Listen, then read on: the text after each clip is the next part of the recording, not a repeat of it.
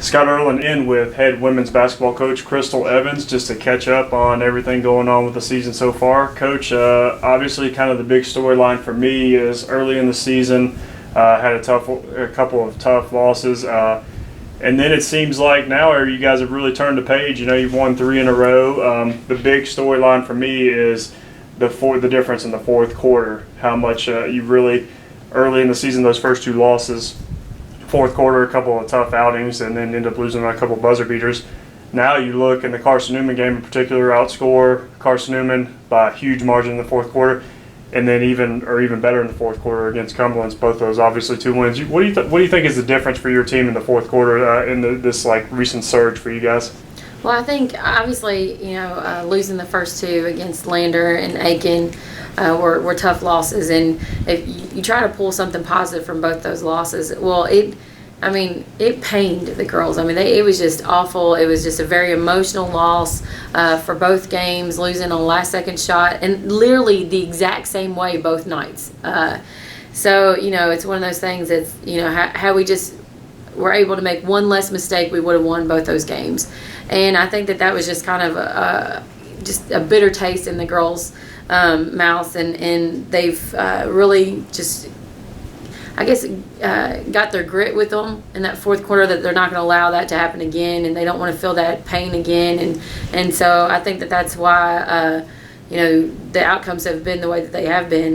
With Carson-Newman, there was a moment where we were just in a drought in that third quarter, and we were having a really hard time to score, and you could just, it's funny because we had timeouts, we had media timeouts and things like that, and I'd call a timeout, and I'm not even getting an opportunity to talk because the girls are in there, and they're like, this is our game, and we're going to pull this out, and, which I love as a coach, and obviously, it was just in them that, again, they weren't going to have another team celebrate the way that Lander and Aiken celebrated, and they didn't want to have to go through that emotion of just the letdown of the game, and you could tell it's kind of fired them up.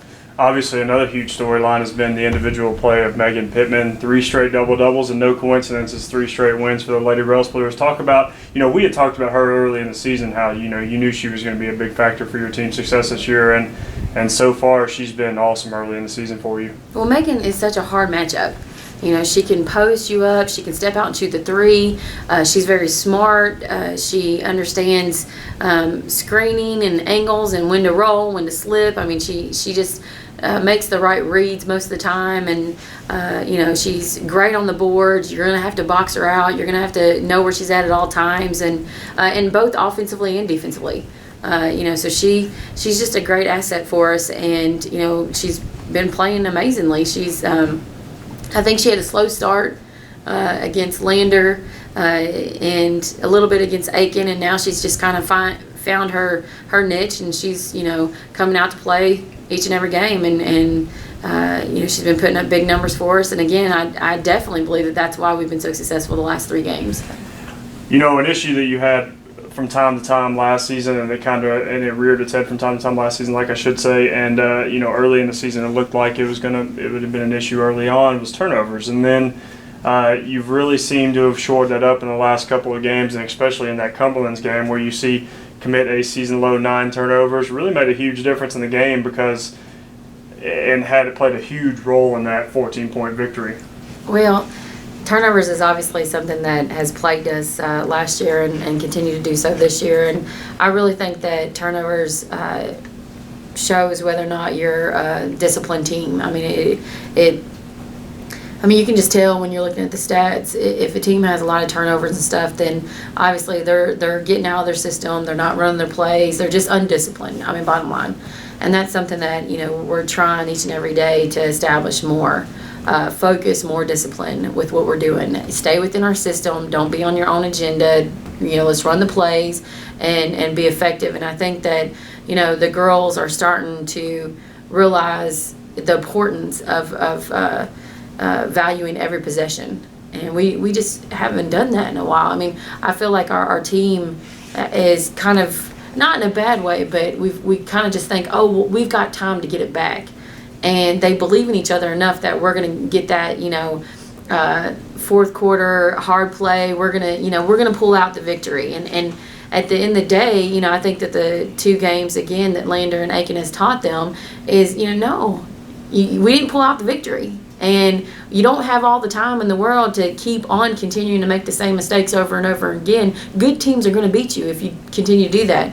And, you know, hopefully that problem has been solved. I hope it doesn't rear its ugly head again. And, you know, we can continue on from where we're at right now. Well, now let's look at the week ahead. You have 2 Southland Conference games. First, on Wednesday, you're heading over to Lenore Ryan, who has, you know, historically been a really difficult place to play and an opponent to play, but they're struggling early in the season. You've watched some of the film, you've done your study on your prep for them. What do you see from this team and the challenge they're going to present over there in Hickory? They are a good team. They're very fast. They're very athletic. They're going to create a lot of matchup problems for us. I just think that we got to limit dribble penetration with them. Obviously, we're going to try to dominate the boards because that's just our identity. That's something that we're going to try to do day in and day out and stay within our system. And we're going to try to limit them to only 1 shot. But really, dribble penetration is going to be key for us. And then now on Saturday, you return back. I know you probably haven't had too much time to look at Coker. It's 1 game at a time for you coaches. But on Saturday, you come back here, host Coker, and obviously that's another tough opponent. And we really dominated them here last year, but you know they're off to a 1-0 start in sack play, so they're probably feeling pretty good about themselves. And they're going to be well rested since they don't play again until they play us on Saturday. Well, they're a different team. They've got a new coach. It's just a new system, and they've picked up, you know, a couple players, and you know they're a different team than what they were last year. So we can't rely on what we did last year. You know, they'll come in here. They'll be ready to play. Matter of fact, I try not to look past LR, but I have looked just as the season's been going on across the conference. You know, looking at different teams and seeing, you know, who's being effective for them. You know, how they're doing against different teams, and so I have watched a few minutes of Coker, and you know, they've got this guard, Jazz Green, I believe her last name is, and she's just been phenomenal. I mean, I'm looking at the stats. I actually thought I was seeing a mistake or something because she's averaging a double-double. I mean, if I'm not mistaken, she had 17 rebounds in 1 game as a guard. She's a shooting guard.